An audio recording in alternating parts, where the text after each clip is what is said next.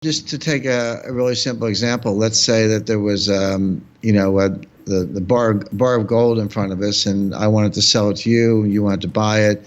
We would go back and forth over the price. We'd agree on a price, and we'd sell that bar. But what if we had one bar of gold, and I'll just make up, let's say a 1 ounce gold coin, so $1,400.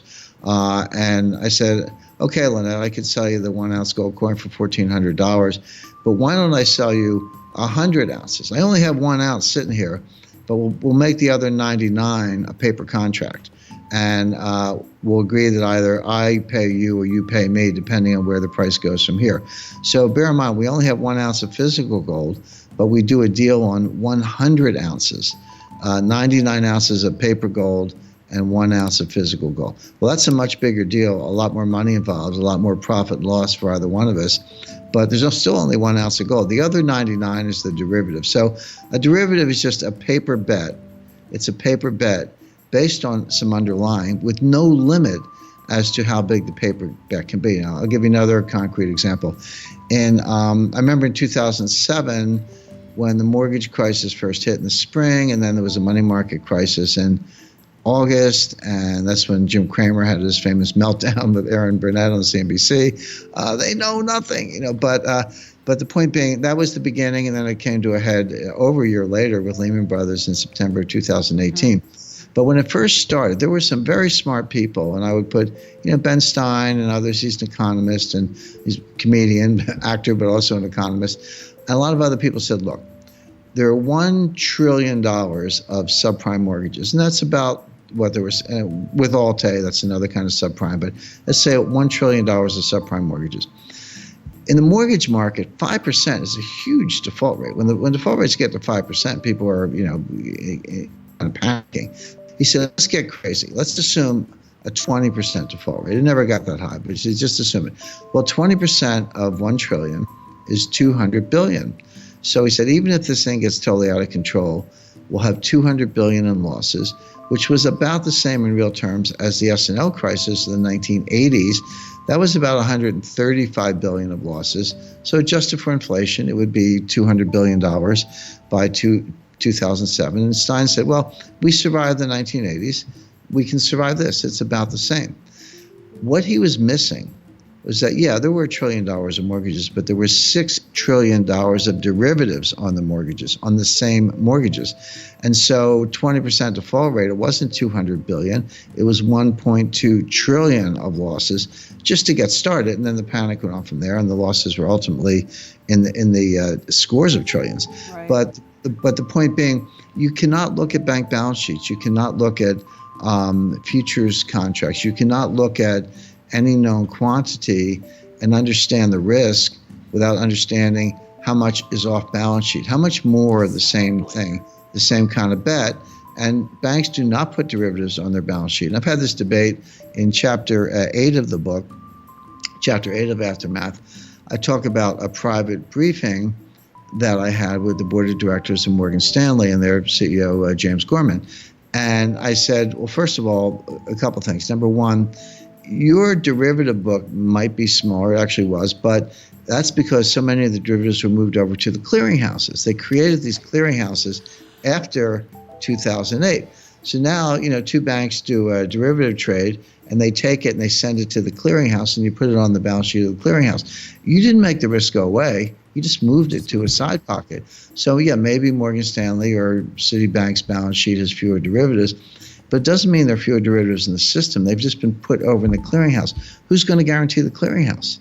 Again, Morgan Stanley's capital base may be fine, at least in most circumstances, but who's backing up the clearinghouse? Well, the answer is the members, which are the banks. So if the clearinghouse gets in distress, they're going to turn to their members and say, hey, give us capital, at a time when the banks are like, oh, we can't do that because we need all the capital we can get. So first of all, you're undercounting derivatives when you ignore the clearinghouses, number one. Number two, and this was the point I made, I said, look, as a bank, you may be stronger, but you're part of a system, and the system is more vulnerable. And if the system goes down, you go down with it. I don't care how strong your balance sheet is. You're part of something bigger, and if that collapses, you collapse too. And I said, look, you're running a bank. You can't take responsibility for the whole world, that in theory is the responsibility of regulators and central bankers and others, but they don't know any more about risk than Wall Street does. I mean, everyone's ignoring the risks or not computing the risk properly. So I say, yeah, maybe your bank's more sound, but you're not counting the clearinghouse and you're ignoring systemic risk, which is bigger and more dangerous than ever. The warning signs are all over the place. You just have to understand them, incorporate them, connect the dots, and then see how it plays out. And it's not just one path or multiple paths, but they all sort of end up in the same place. And then I bring it full circle. I say, well, if this is coming, and it is, what are you waiting for?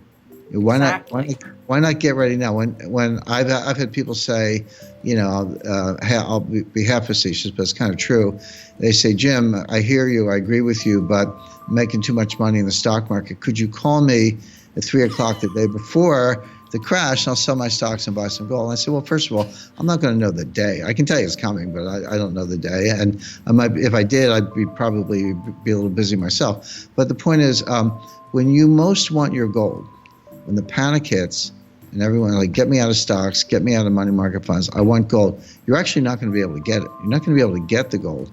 The dealers won't talk to you if they don't already know you. The mint will be back ordered. The dealers will be back ordered. You will not be able to get people on the phone.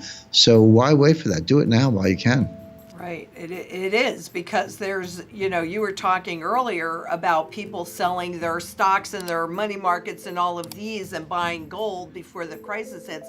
But will there be any buyers on the other side of any of these assets? Well, that's right. And this is what I talk. That's correct. Now, this is what I talk about in chapter 4 of the book, how more and more assets under management have moved to passive investment styles. Yes. That means index funds and ETFs and things like that. Well, when passive investing started, when it began, I analogize it to like a mosquito lands on the back of an elephant. Well, the mosquito has a good time and the elephant doesn't even notice. So passive index funds were basically piggybacking on active investors who were committing capital, taking risk, and making markets, engaging in price discovery, and you could just kind of go along for the ride. But what happens when it's not one mosquito, it's a billion mosquitoes? The answer is the elephant dies.